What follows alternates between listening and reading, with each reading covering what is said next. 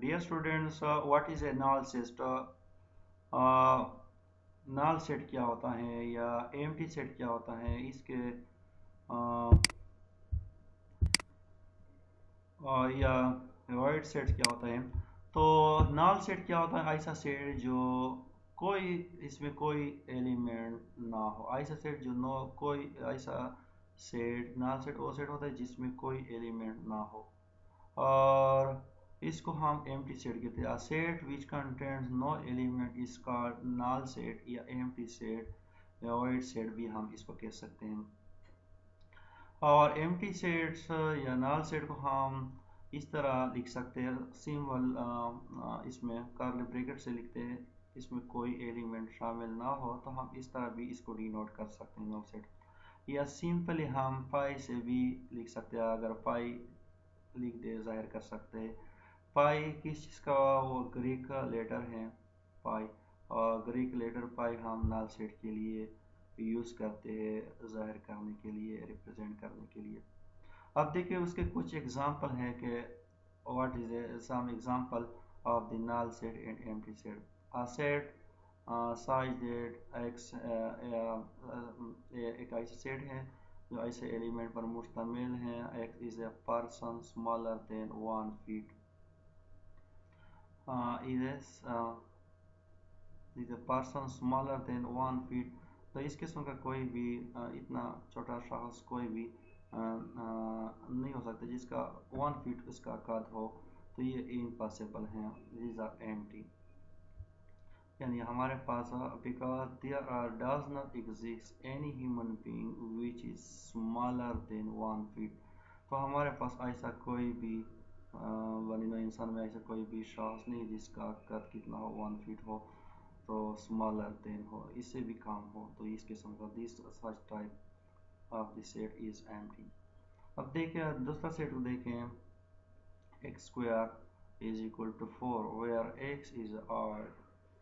तो ये भी इस किस्म का क्या है? एम्प्टी है। क्यों एम्प्टी है? Because we know that there does not exist any odd number whose square is 4। Whole square is यानी इसका हम स्क्वायर ले और इससे 4 भी है, इस किस्म का हमारे पास कोई भी ऑड नंबर नहीं है। अगर नहीं है तो फिर क्या होगा? No element, no element means empty. तो इसको हम क्या कर सकते हैं? Empty set. अब देखिए अगर ऐसा सेट है जो सिर्फ एक ही एलिमेंट पर मुश्तमिल हो तो हम इसको क्या कह सकते हैं? ऐसे सिंगलटन सेट कह सकते हैं। A set which contain only one element is called singleton set. तो हम इसको सिंगलटन जो सिर्फ एक एलिमेंट पर मुश्तमिल हो, यानी नल सेट और सिंगलटन सेट में फ़र्क ये है कि नल सेट में कोई एलिमेंट नहीं होता, सिंगलटन सेट में कंटेन ओनली वन एलिमेंट। और ये उसके एग्जांपल हो गए।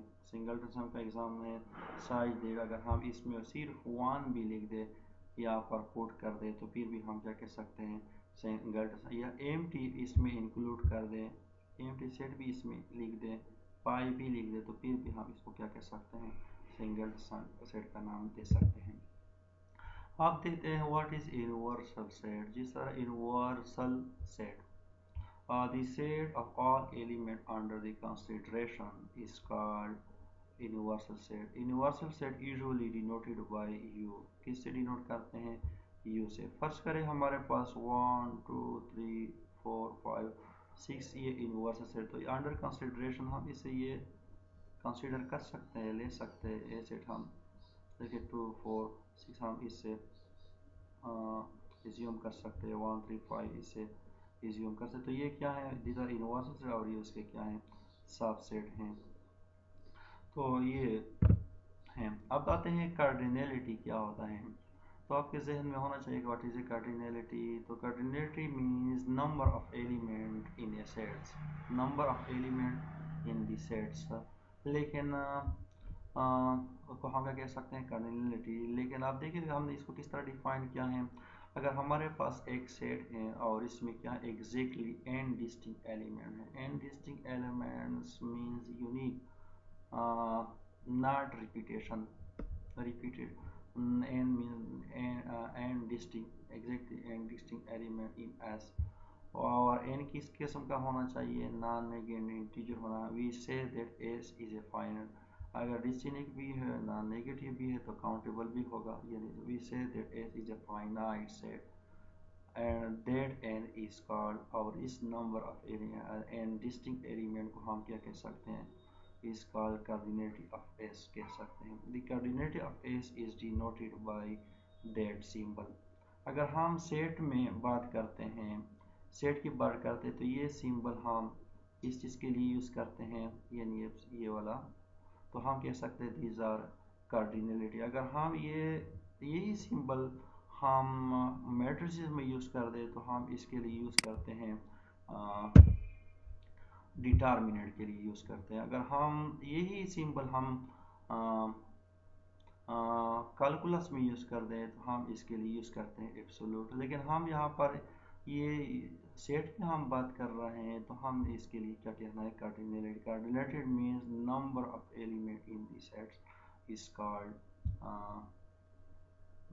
Cardinality of the sets. आप देखिए इंग्लिश अल्फ़ाबेटिक का अगर हम कार्डिनलिटी फाइंड करना चाहिए तो कितना है, let s be set of letter in English alphabetic, then s a cardinality of s कितना होगा 26 अब।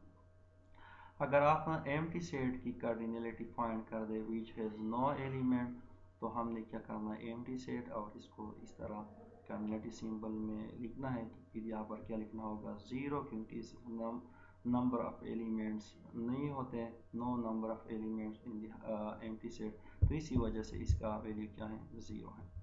अब देखिए set of odd positive integer less than और इक्वल टू 10, तो फिर इसकी कार्डिनलिटी कितनी हो सकती है 5। तो अब आते हैं power set. What is a power set, तो पावर सेट आपके माइंड में होना चाहिए कि क्या होना चाहिए, power of the set number is the set which contains, power sets means which contain all possible subset of the given sets को हम क्या कह सकते हैं पावर सेट के। तो हमने इसको इस तरह डिफाइन किया है कि अगर हमारे पास लेट सपोज ए सेट है तो इसका पावर, अगर हम एस का पावर सेट फाइंड करना चाहें, the power set of S is the set of all subset of the set S. The power of the sets is denoted by P से हम डिनोट करते हैं पावर सेट, यानी power इसका past letter जो है P है, तो इसलिए P power set of S को हमने इस तरह लिखना है। लेकिन पावर ऑफ सेट क्या है, is the set of all possible subset of the given set of S को हम क्या कह सकते हैं पावर सेट है। फॉर एग्जांपल हमारे पास 0 1 2 एक सेट है, अगर आपसे कहते कि पावर लगा दे और इसका क्या फाइंड कर दे पावर सेट, तो इसके कितने पॉसिबल पावर सबसेट बन सकते हैं, पहले 0 1 2 के कितने सबसेट बनते हैं, तो इसकी कार्डिनलिटी कितना है 3 है। तो हमारे पास एक सेट के कितने पॉसिबल सबसेट होते हैं, तो इसके लिए हमारे पास फार्मूला ये है कि यहाँ पर 2 है, एन हमारे पास क्या है number of element in the set, तो यहाँ पर आप 3 लगा दें तो कितने पॉसिबल एलिमेंट हो सकते हैं 8। तो इस सेट के कितने पॉसिबल सबसेट हो सकते हैं, इस सेट के 8 हो सकते हैं।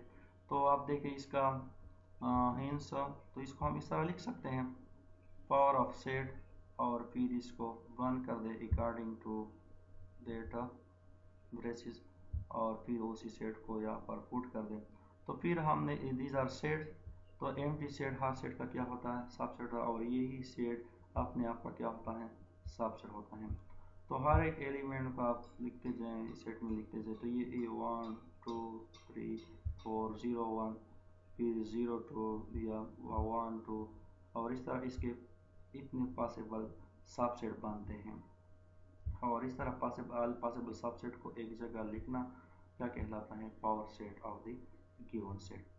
Note that empty set and set is set are member of the set of the subset, यानी एम्प्टी सेट भी क्या होता है सबसेट होता है किसी सेट का, और सेट बजाते खुद भी किसी सेट का क्या होता है सबसेट होता है। तो इसलिए एम्प्टी सेट और वही सेट को हमने इसी पावर सेट में लिखना मस्ट लिखना होता है, और फिर इसको हर एक एलिमेंट को हमने सेट की फॉर्म में लिखना है और इसमें इंक्लूड करना है पावर सेट में, तो इसके इस तरह पावर सेट बनते हैं। किस तरह लिख सकते हैं, एम्प्टी सेट होगा, फिर 0 सेट होगा, फिर 1 वाला सेट होगा, फिर 2 सेट होगा, फिर 0 1 वाला, और फिर 0 2, फिर 1 2, और फिर 0 1 2।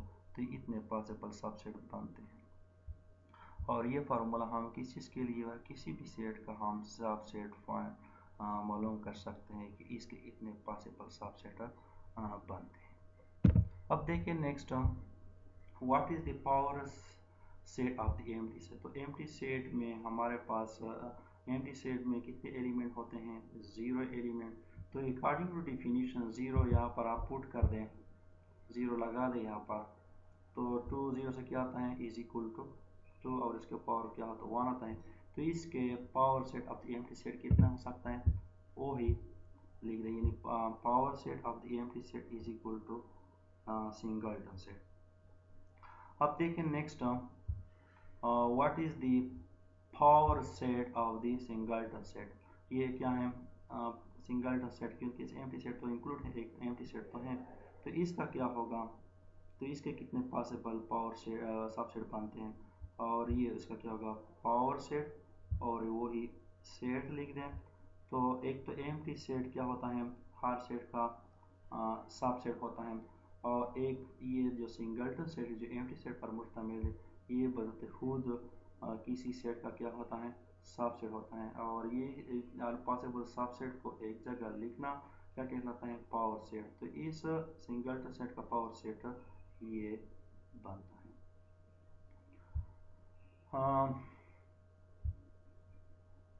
और empty set is the empty set has exactly two subsets, namely pi and set the itself, और इसको हम इस तरह लिख सकते हैं। अब देखिए फाइनाइट और इनफाइनाइट सेट की बात करते हैं। फाइनाइट सेट वो होता है जिसको हम काउंट कर सकते हैं, और इनफाइनाइट जिसको हम काउंट नहीं कर सकते सिंपली। तो आप देखिए इसको हमने किस तरह डिफाइन किया, अगर हमारे पास एक सेट एस है जिसको हम कह सकते हैं फाइनाइट, तो उस वक्त हम कह सकते हैं if it contain exactly m distinct element हो, यानी m डिस्टिंक्ट एलिमेंट हो where m denotes some non negative integer. ये किस चीज़ को, m किस चीज़ को रिप्रेजेंट कर दें, नॉन नेगेटिव इंटीजर को। तो इस केस में हम इस सेट को कार्डिनलिटी हम किस तरह लिख सकते हैं, cardinality of S is equal to F, या इस तरह भी हम लिख सकते हैं। इसका मतलब क्या है, number of element of S is equal to M.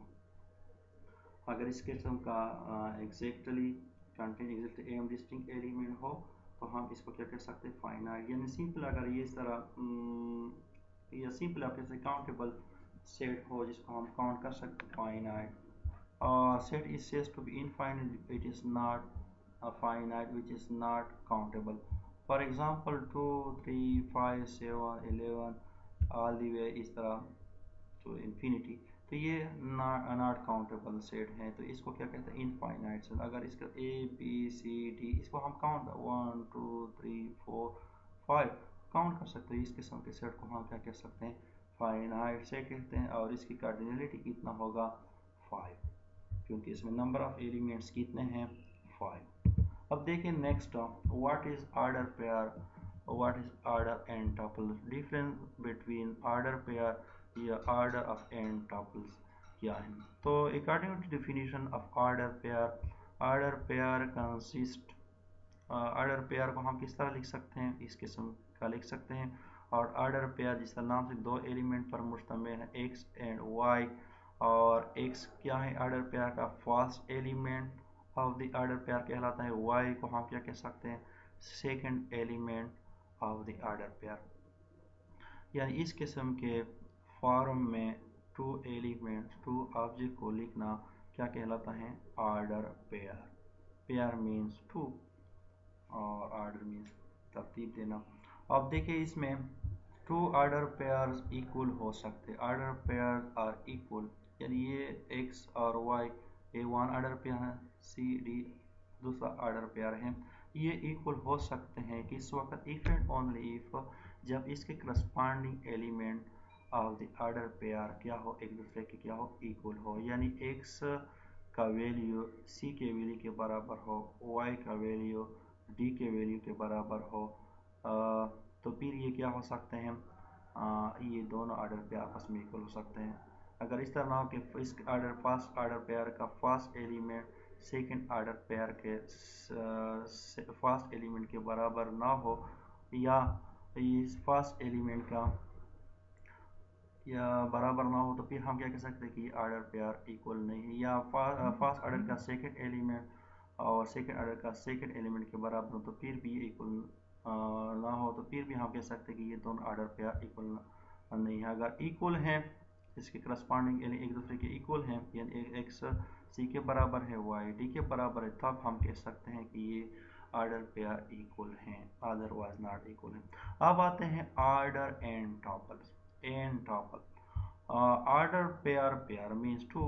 अगर आप इसको इसमें नंबर ऑफ एलिमेंट बढ़ाते हैं, यानी फर्स्ट एलिमेंट है, फिर सेकंड एलिमेंट, इसके बाद आप इस मजीद लिखते हैं third element, fourth element, up to nth element. अगर हम बात करते हैं सिर्फ इस किस्म का ऑर्डर पे और इसमें 3 एलिमेंट हो, तो हम क्या ऑर्डर ट्रिपल्स कह सकते हैं, या एन ऑर्डर 3 टॉपल कह सकते हैं, या ऑर्डर ट्रिपल भी आप कह सकते हैं। अगर आप इसके साथ मजीद अगर इस किस्म का ऑर्डर पे x1 x2 x3 x4 हो, तो फिर ये ऑर्डर पर 4 टॉपल हैं। अगर आप इसको मजीद बढ़ा लेते हैं, ऑर्डर ऑफ n टॉपल यानी A1 first element, second element, third element, fourth element, up to nth element, तो फिर ये ऑर्डर पेयर हैं। लेकिन कौन सा ऑर्डर पेयर है, n टॉपल हैं, जिसमें फर्स्ट एलिमेंट बिलोंग करता है first element of n tuples, और second A2 belong is the second element of order n tuple, और A3 क्या किस किस्म का एलिमेंट, third element of order n tuple होगा। तो order pair is the order collection that has first is the first element, A2 is the second element, A3 is the third element, and all the way and so forth, and an is its nth element। तो order pair में हमारे पास only 2 element होते हैं, जिसमें first and second, और order N topple में क्या होंगे, नंबर ऑफ एलिमेंट n होंगे, या n डायमेंशन, या 2 डायमेंशन, या सिंपल आप इसको n डायमेंशन भी एक बात कर सकते हैं। अब देखिए कार्टेशियन प्रोडक्ट्स की हम बात करते हैं, लेकिन कार्टेशियन प्रोडक्ट भी किसके दरमियान, 2 सेट के दरमियान। इसी तरह हम 3 कार्टेशियन प्रोडक्ट 3 सेट के दरमियान भी फाइंड कर सकते हैं, 4 के दरमियान भी find, up to n set के दरमियान भी हम क्या कर सकते हैं, कार्टेशियन प्रोडक्ट को फाइंड करते हैं। पहले हम करते हैं what is the Cartesian product between 2 set. Let A and B are sets, हमारे पास 2 सेट्स हैं। The Cartesian product between A and B denoted by A cross B, A cross B, इस तरह हम इसको डिनोट करते हैं, इस तरह हम इसको लिख सकते हैं। इसको हम रीड किस तरह करना है, तो एक रीड किस तरह करना, A क्रॉस B। और कार्टेशियन प्रोडक्ट किस क्या होता है, इज द सेट, ये भी सेट होता है, लेकिन ये किस चीज़ पर मुश्तमिल होता है, is the set of all order pair. और ऑर्डर पेयर भी इस तरह के first element of the order pair belong to the first set of the Cartesian product, और the second element of the order pair belong to the second set of the Cartesian products को हम Cartesian product कह सकते हैं, where A is in A, where B in B। तो simply हमने क्या कहा कि कार्टेशियन प्रोडक्ट्स क्या होता है, कार्टेशियन प्रोडक्ट सेट होता है जो ऑर्डर पेयर पर मुश्तमिल होता है। ऑर्डर पेयर में first element first set of the Cartesian product से बिलोंग करते हैं, और the second element of the order pair belong to the second set of the Cartesian product. और सिंबॉलिकली हम इसको इस तरह लिख सकते हैं, A cross B is the set which contain order pair such that the first element belong to first set and or second element of the order pair belong to the second set of the Cartesian product। हाँ, अब देखिए इसको अगर हम कहते हैं अगर हमारे पास ए सेट है बी सेट है तो इसके नंबर ऑफ ऑर्डर पेयर कितने हो सकते हैं। तो इसके लिए हमारे पास लेट सपोज इसको नोट करना होगा, इस फार्मूले को आपने नोट करना है। अगर हमारे पास ए सेट इसमें नंबर ऑफ एलिमेंट एम है, बी सेट इसके नंबर ऑफ एलिमेंट एन है, तो ए क्रॉस बी का नंबर ऑफ एलिमेंट क्या होगा, तो इसको एम एलिमेंट और एन एलिमेंट आपस में क्या कर दे, मल्टीप्लाई कर दे। तो इतने पॉसिबल इसमें एलिमेंट, इसमें पॉसिबल ऑर्डर पेयर आ सकते हैं ए क्रॉस बी अगर हम फाइंड करना चाहें। तो देखें अकॉर्डिंग टू अगर हमारे पास ए सेट इसकी कार्डिनलिटी कितना है 2 है, बी सेट है इसकी कार्डिनलिटी कितना है 3 है, तो ए क्रॉस बी की कार्डिनलिटी कितनी होगी, तो इसको दोनों को 2 और 3 को आपस में 2 और 3 को ज़रा कर तो इसे 6 पॉसिबल ऑर्डर पेयर होंगे जो ये ए क्रॉस बी अगर हम फाइंड करें तो इतने 6 ऑर्डर पेयर पर मुश्तमिल होगा Cartesian product between A and B.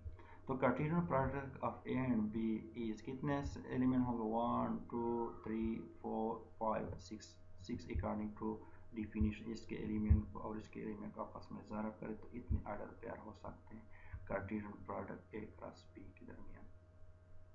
तो आप देखिए किस तरह हमने इसको लिखना है, Cartesian product is a set है, लेकिन इसके ऑर्डर पेयर को हमने किस तरह के फर्स्ट एलिमेंट फर्स्ट सेट से और सेकंड एलिमेंट सेकंड सेट से ऑर्डर पेयर में, यानी A1 A2 फिर A1 B ऑर्डर पेयर में लिखना है, फिर A1 और C और फिर इसको ऑर्डर पेयर में लिखना है A1 और C और ऑर्डर पेयर में, फिर 2 फर्स्ट एलिमेंट 2 और फिर सेकंड एलिमेंट और फिर 2 B और ऑर्डर पेयर में बंद करना है 2 C और फिर इस तरह और फिर इस सेट की फॉर्म में क्लोज करना है और ब्रैकेट मिलता है, तो फिर ये क्या बन जाता है सेट्स।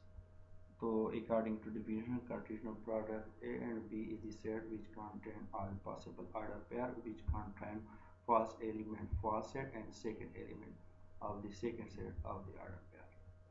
तो आप देखें नेक्स्ट एग्जांपल को देखें, show that Cartesian products B cross A is not equal to Cartesian product A cross B।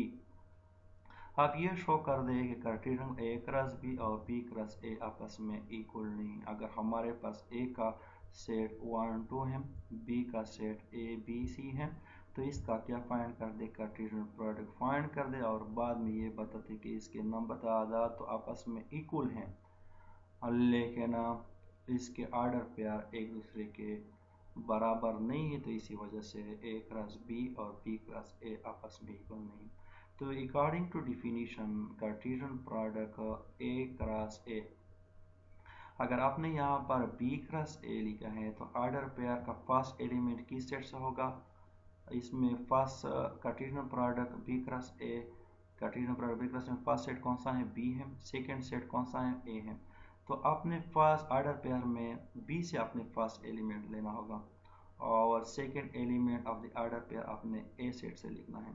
तो according to definition of the Cartesian product तो हमने क्या लिखना है A1 फिर ब्रैकेट में ऑर्डर पेयर में लिखना है, फिर A2 फिर B1 ऑर्डर पेयर में लिखना है और फिर B2 और इस तरह C1 फिर C2 और इस तरह according to A cross B आपने लिखना है according to definition Cartesian product A cross B को आपने इस तरह लिखना है कि फर्स्ट एलिमेंट अपने फर्स्ट सेट से लिखना है, सेकंड एलिमेंट अपने second set of the Cartesian product में से लेना होगा।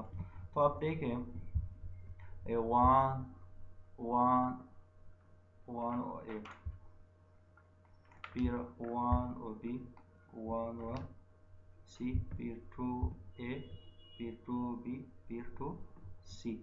तो ये इसके क्या आ जाते हैं, find the Cartesian product B cross A and cross B. ये नंबर ऑफ तादाद इसके सेम है, यानी 1 2 3 4 5 6 इसमें भी हैं और 6 नंबर ऑफ ऑर्डर पेयर इसमें भी हैं, लेकिन ये इक्वल इसलिए नहीं है तो क्योंकि आप लोगों ने डिफिनीशन पढ़ा है कि ट्रू ऑर्डर पेयर इक्वल हो सकते हैं जब इसके करस्पॉन्डिंग एलिमेंट एक दूसरे क्या हो इक्वल हो। तो इस लिहाज से द फर्स्ट एलिमेंट, इसका फर्स्ट एलिमेंट ए है, इसका फर्स्ट एलिमेंट है, तो ये ए और वन आपस में इक्वल नहीं है। इस तरह इसका first element second element one है और इसका, तो ये भी इक्वल नहीं है। तो ये ऑर्डर पेयर इस ऑर्डर के बराबर नहीं है। इस तरह ये ऑर्डर पेयर इस ऑर्डर पेयर के बराबर नहीं है। तो ये ऑर्डर पेयर आपस में इक्वल नहीं एक दूसरे के। तो इसी वजह से हम कह सकते हैं means the Cartesian product B cross A is not equal to Cartesian product A cross B. अब आते हैं Cartesian product of n sets के दरमियान अपने कार्टेशियन प्रोडक्ट को किस तरह फाइंड करना है। डियर स्टूडेंट, अब देखें हमारे पास Cartesian product of the sets कौन कौन से सेट है, A1 A2 A3। According to the Cartesian product हमने किस तरह लिखना है, A1 cross A2 A2 cross A3 A3 cross A4 and etcetera और A क्रॉस AN। इस तरह हमने सेट कार्टेशियन प्रोडक्ट को इस तरह लिखना है, डिनोट करना है। सेट है हमारे पास हम, और इसको हम इस तरह डिनोट करना है। अब देखिए इसमें यहाँ पर आप ये कर दें,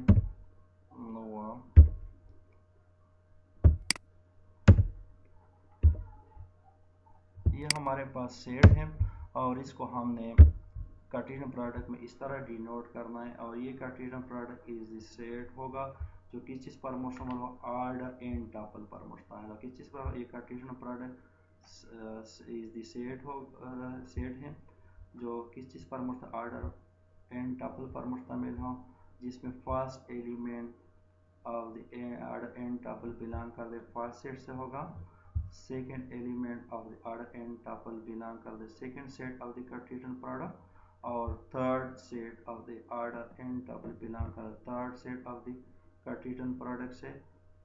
इस तरह और आपके पास nth एलिमेंट बिलोंग करेगा nth set of the Cartesian products, और इस तरह हमने लिखना है। वेयर जनरली हम इसको इस तरह where A I belong to A I है, अगर हमारे पास आई की जगह हम 1 लिख दें तो पर A1 होगा बिलोंग टू A1। अगर यहाँ पर 2 की जगह हम आई की जगह हम 2 रिप्लेस कर देते, यहाँ पर A2 बिलोंग टू A2 होगा। अगर यहाँ पर आप 3 रिप्लेस करते A3 बिलोंग टू A3 होगा। अगर आप n रिप्लेस करते AN बिलोंग टू A3 होगा। इन द अदर वर्ड्स इसको हम इस तरह सेट फॉर्म में लिख सकते, Cartesian product of n sets denoted by A is the set which contains order and tuple such as the first element A1 belong to A2, second element belong to A2 set and third and nth element यहाँ पर n put कर दे belong to nth set of the n order and tuple। तो ये इसकी definition होगा Cartesian product of n Cartesian sets. अब देखिए next इस पर एग्जांपल कर लेते हैं, Cartesian product between 3 sets A B C. A set की नंबर ऑफ एलिमेंट ये हैं, बी के ये हैं और सी हैं।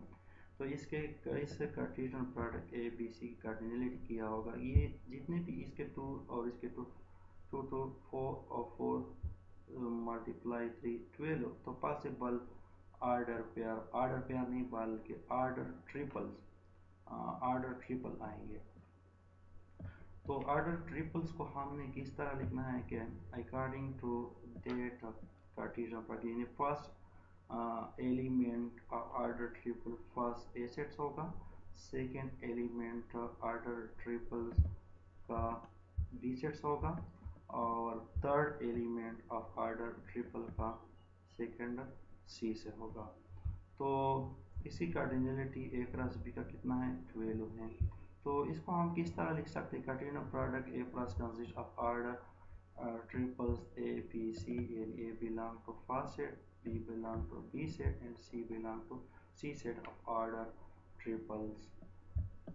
हाउ यू कैन राइट कि आपने फर्स्ट एलिमेंट, अब देखिए इस तरह लिखना है 0 1 और 0, फिर पुट ऑर्डर पेयर में लिखना है, फिर 0 1 1 ये लिखना है, फिर 0 1 2 ऑर्डर पेयर में लिखना है, ऑर्डर में लिखना है, फिर 0 to 0 और फिर 0 to 1 फिर 0 to 2 और फिर इसको छोड़ दें 0 का, फिर आप 1 स्टार्ट कर दें 1 1 0 लिख दें 1 1 0 लिख दें, फिर 1 1 लिख दें, फिर 1